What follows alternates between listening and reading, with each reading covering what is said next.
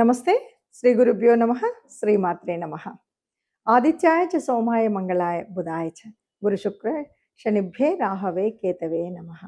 జపా కుసుమ సంకాశం కాశ్యపేయం మహాద్రుతిం తమోరిం సర్వపాపగ్నం ప్రణతోస్మి దివాకరం.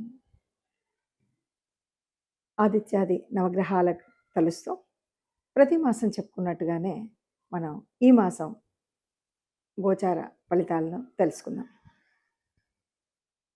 మార్చి 2026 గోచార ఫలితాలు ఎలా ఉంటాయి అని తెలుసుకోవడానికి ముందు ఇక్కడ ఈ మార్చికి మాత్రం ఒక ప్రత్యేకత ఉంది.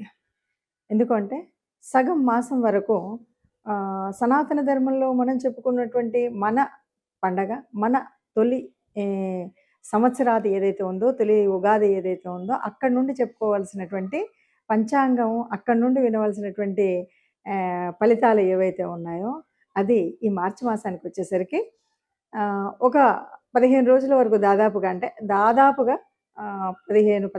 19వ తారీఖు ఉగాది వస్తుంది కాబట్టి అక్కడి వరకు విశ్వావసు నామ సంవత్సర ఫలితాల్లో ఉండి ఆ తర్వాత మనకి పరాభవ నామ సంవత్సరం మొదలవుతుంది.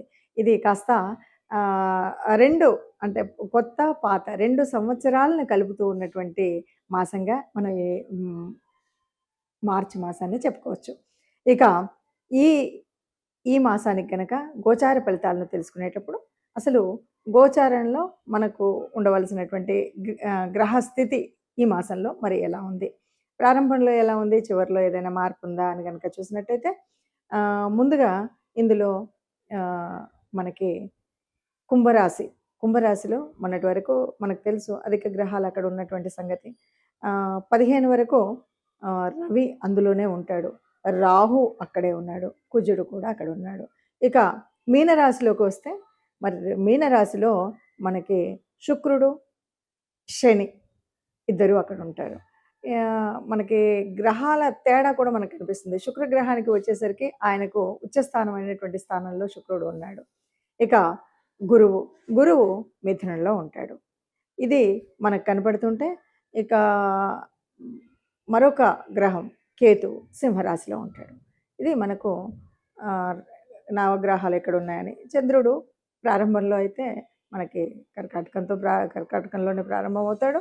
సరే, మరి ఈ రకంగా ఉన్నటువంటి గ్రహాలు ఇలా ఉన్నప్పుడు మరి ఒక్కొక్క అంటే 12 రాశుల వారికి గోచార ఫలితం ఎలా ఉంటుంది, ఈ గోచార ఫలితం వల్ల ఈ నెల రోజులు, ఈ మాసం అంతా కూడా మనం చేసుకోవాల్సినటువంటి జాగ్రత్తలు ఏంటి, పరిహారాలు ఏంటి, లేదా మనం ఉన్నటువంటి అంటే యోగించేటువంటి గ్రహాల యొక్క అనుకూలత ఉన్నప్పుడు మనం ఇంకా అభివృద్ధి కోసం చేయవలసినటువంటి పనులేంటి, ఇలా మనం చూసుకోవడానికి. నిజంగా జాతకంలో చెప్పినట్టు జరుగుతుందా? అసలు జాతకాలు ఇంతమంది చెప్తున్నారు, మరి అందరి జీవితాలు చూస్తే బయట ఇలా ఉన్నాయి అనేవాళ్ళు చాలా ఎక్కువగా ఉన్నారు. నిజానికి జాతకం అంటే జాతకం మనకు తెలుసు కాబట్టి ఈ జాతకంలో జరిగినట్టు ఇలాగే జరుగుతుందని జన్మ జాతకం వల్ల కానీ మీరు గోచార రీత్యా కానీ నిజంగా చెప్పడం అనేటువంటిది అంత సులభమైనటువంటిది కాదు, అది నిజమైనటువంటిది కాదు. ఎందుకు అంటే మనకు గోచార ఫలితం ఉన్నప్పుడు కూడా ఎట్లా ఉంటుంది అంటే ఒక రకంగా చెప్పాలంటే ఏదైనా కష్టం వచ్చినప్పుడు ఆ కష్టాన్ని తట్టుకోవడానికి ఓ సహాయం చేసేటువంటిది, ఆ కష్టాన్ని తప్పుకొని కొద్దిగా ముందుకు వెళ్ళడానికి మనకు కావాల్సినటువంటి ఒక చేయూతనిచ్చేటువంటి ఒక మార్గదర్శనం చేసేటువంటిదే. అలాగా జాతకం కూడా అంతే. మనం ముందు తెలుసుకోవడం ఎందుకు అంటే ఈ కష్టం రాబోతుంది కాబట్టి ఇలా ఉండకండి. ఆ కష్టం ఎందుకు వస్తుంది? నీ దురుస్తనం వల్ల రావచ్చు, లేదు కుజుడు ఉన్నాడు కాబట్టి నీ తొందరపాటుతనంలో రావచ్చు. ఇలాంటి విషయాలు చెప్తూ ఉంటాం కాబట్టి ఆ తొందరపాటును తగ్గించుకోవడం, ఇతరులతో మాట్లాడేటప్పుడు మంచిగా మాట్లాడడం, ఈ విషయాల వల్ల ఉంటుంది. కాబట్టి జాతకం అనేది ప్రతి మాసం తెలుసుకోవాల్సిందే. గోచార రీత్యా ఎలాంటి మార్పులు ఉన్నాయి, మనం ఏం మార్పులు తర్వాత ఏ రకంగా ఏ దేవతానుగ్రహం కావాలి మనకు, ఏ గ్రహానుగ్రహం కావాలి అన్నది తెలుసుకుంటూ ముందుకు వెళ్ళవలసిందే. అలా మరి ఈ మార్చి మాసంలో ఒక్కొక్క రాశి వారికి ఎలాంటి ఫలితాలు ఉన్నాయో నెమ్మదిగా చూద్దాం. ఇక చివరి రాశి మీనరాశి వారు మరి ఏళ్ళనాటి శనిలో ఉన్నారు. కాకుండా మరి ఎలా ఉంటుంది అంటే బాగుంటుంది అని చెప్తే మాత్రం తప్పే అవుతుంది. అలా అని పూర్తిగా బాగాలేదని చెప్పడానికి కూడా లేదు, కానీ కొద్దిగా జాగ్రత్తగా ఉండడం అనేటువంటిది తప్పనిసరి విషయం. జాగ్రత్తగా అంటే ఏదో ప్రయాణాల్లోనే జాగ్రత్త అని కాదు. మనం చేసే ప్రతి పనిలో జాగ్రత్తగా ఉండాలి. మనం ఎప్పుడైనా ఏదైనా పెద్ద పెట్టుబడులు పెట్టాలంటే మాత్రం ఆలోచించి కాస్త ఆచితూచి ఒకటికి 10 సార్లు ఆలోచన చేసుకొని మనం ఆ పెట్టుబడులు పెట్టాలి. అలాగే ఏదైనా ఒక గృహం నిర్మాణం చేస్తున్నాం, లేకపోతే ఓ పెళ్లి సంబంధం వెతుకుతున్నాం. మనకు కానీ, మన సంతానం కానీ ఇలాంటప్పుడు చాలా జాగ్రత్త. అంటే జీవితకాలం ఉండేటువంటి పెద్ద పెద్ద విషయాల్లో మాత్రం తగు నిర్ణయం చేసేటప్పుడు మంచి ఆలోచన, పదుగురి సలహాల మేరకు అనుభవజ్ఞుల సలహాల మేరకు చేస్తే మాత్రం ఎలాంటి ఇబ్బంది ఉండదని చెప్పొచ్చు. ఇక డబ్బు విషయంలోకొస్తే కాస్త ఎక్కువగానే ఖర్చవుతుంది. కాస్త వద్దన్నా, లేదన్నా ఏదో రకంగా మనం ఎంత వద్దనుకున్నా ఏదో ఒక కొత్త చికాకు వస్తూనే ఉంటుంది. కొత్త చింత మొదలవుతూనే ఉంటుంది ఎక్కడి నుండన్నా సరే. ఇదంతా గూడా ఏలినాటి శని ప్రభావంగానే చెప్పొచ్చు. ఇవన్నీ ఉంటాయి కాబట్టి కాస్త మనం చేసేటప్పుడు ఏ పనినైనా ఆచితూచి చేయాలి. కొన్ని పనులుంటాయి. మన పేరు మీద చేయకుండా మన పార్ట్నర్ పేరు మీద, మన పిల్లల పేరు మీదతో చేసే పనులు చేసుకుంటూ వెళ్ళొచ్చు. ఎందుకంటే మన పేరుతో అనుకూలించవు కాబట్టి అంటే మనం ఇప్పుడున్నటువంటి మన గ్రహస్థితి మూలంగా మనకు అనుకూలించవు కాబట్టి మన సంతానం పేరుతోనో మన భార్య గాని, భర్త గాని వాళ్ళ పేరుతో గాని, అమ్మ పేరుతో గాని, నాన్న పేరుతో గాని ఇలాంటివి చేయగలిగినటువంటివి చేసుకోవచ్చు. హాయిగా ఉంటుంది. అంటే అయ్యో! మనం అంత ఇంపార్టెంట్ ప్రాజెక్ట్ కదా! ఇప్పుడేదో బాలేదన్నారు చేయకుండా ఉంటే ఎలా అనేటువంటి ఆలోచన అక్కర్లేదు. అది కేవలం మన పేరు మీద కాకుండా మన పేరుతో చేసేటువంటి పనులున్నప్పుడు కాస్త ఆలోచించి చేయాలి. ఏదైనా పెద్ద ప్రాజెక్ట్ తీసుకున్నప్పుడు ఒకటికి 4 సార్లు ఆలోచించాలి. పెద్దవాళ్ళ సలహాలు తీసుకోవాలి. ఆరోగ్య విషయంలో జాగ్రత్తగా ఉంటే ఈ మాసం ఏమి ఇబ్బంది లేకుండా జరుగుతూ ఉంటుందని చెప్పొచ్చు. ఇలా ఒక్కొక్క గ్రహం వల్ల ఒక్కొక్క ప్రభావాన్ని మనం చూస్తున్నాం కదా!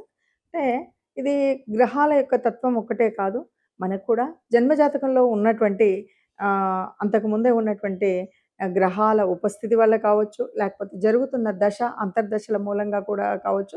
మనం ఇప్పుడు ఏదైతే చెప్పుకున్నామో అలాగ మాకు జరగలేదండి, లేదు అలాగంటే బాగా జరిగిందండి, లేదు అలా చెప్పారు గానీ ఇలా జరిగిందండి అనే మాటలు వింటుంటాం కాబట్టి దానికి కారణం ఏమిటి అంటే ముఖ్యంగా మనకు జన్మజాతకంలో మనకు నడుస్తున్నటువంటి మంచి యోగించే గ్రహాలు మనకు అనుకూలంగా ఉండేవి ఉండవచ్చు. లేదా నడుస్తున్నటువంటి దశ, అంతర్దశలు చాలా బాగా ప్రభావితం చేసేటువంటివిగా ఉండొచ్చు. కానీ అలాంటప్పుడు కూడా కొన్నిసార్లు కొన్ని రకాలైనటువంటి గ్రహాల యొక్క యుతుల వల్ల గానీ, గ్రహాల యొక్క దృష్టుల వల్ల గానీ కొన్ని మార్పులైతే తప్పకుండా జరుగుతాయి. ఈ మార్పులు జరిగినప్పుడు మనకు అంతా ఉన్నా కాస్త పట్టించుకున్నప్పుడు తెలియకపోవచ్చేమో కానీ మన భవిష్యత్తుకు పునాది వేసేటువంటి కొన్ని మంచి నిర్ణయాలు తీసుకునేటప్పుడు ఇది ఉండాలి. కాబట్టి ఇప్పటి వరకు మనం చెప్పుకున్నట్టుగా ఈ పరిస్థితి ఉంది కాబట్టి మరి ఏం చేయాలి? అంటే ఏమీ లేదండి. అసలు మనకు శాస్త్ర ప్రకారంగా గూడా ఓ పద్ధతి ఉంటుంది. ఎప్పుడూ కూడా దేవతానుగ్రహం పొందాలి అంటే ఇష్టదేవత ఆర్ లేదు అంటే కులదేవత. ఈ మీ ఇష్టదేవతను గాని, కులదేవతను గాని ఆరాధించేటువంటి పద్ధతి ఉంటుంది. ఆరాధించే పద్ధతి అంటే ప్రతినిత్యం మనం ప్రతినిత్యం కొంతమందైతే ప్రతి క్షణం కూడా నామస్మరణ చేయడం అనేటువంటిది ఉంటుంది.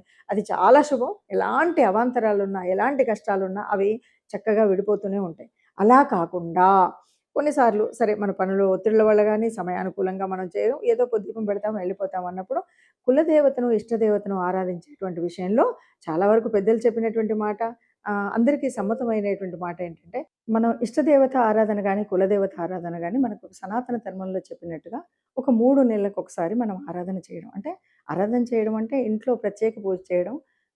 మనం నలుగురిని పిలుసుకొని లేదు ఒక హోమము ఇలాంటివి ఏదైనా సరే మనం లేదు ఆ పేరు మీద దానం, ధర్మం చేయడం అనేటువంటిది ఒక పద్ధతి. ఇది గనక చేసినట్టయితే ఎంత క్లిష్టతరమైనటువంటి, కష్టతరమైనటువంటి గ్రహ సంచారం ఉన్నప్పటికి కూడా ఏ కష్టం కలగకుండా ఉంటుంది. ఇక ఈ నెలకు కనుక మనం ఆలోచించినట్టయితే ఈ నెలలో ప్రత్యేకించి మనము ఆహ్, పూజించవలసినటువంటిది, ఆరాధించవలసింది ఎవరిది అంటే ఇది వసంత ఋతువు వస్తుంది. చైత్ర మాసంలో వచ్చేటువంటి రాబోయేటువంటి చైత్ర నవరాత్రులు వస్తున్నాయి గనక ఆ విష్ణుమూర్తి ఆరాధన లేకపోతే ప్రత్యేకించి రామనామము, రామనామ జపం ఉట్టి శ్రీరామ రామ రామేతి అని అనుకుంటే చాలు. ఏ కష్టం ఉన్నా, ఎక్కడికి వెళ్ళాలన్నా మనం ముఖ్యంగా ముఖ్యమైన పనులు ఏవైనా చేయాలి అనుకుని వాటిని ప్రారంభించాలి. నాకు బాలేదు అనుకున్న వారు ఎవరైనా సరే మీరు ఆపదామపహర్తారం దాతారాం సర్వసంపదాం లోకాభిరామం శ్రీరామం భూయో భూయో నమామ్యో అని దండం పెట్టుకొని ప్రారంభం చేయండి. ఎలాంటి విఘ్నాలు లేకుండా ఉంటాయి. అందరూ ఆనందంగా ఈ నెలను కూడా మనం గడపొచ్చు అని చెప్పొచ్చండి. నమస్తే.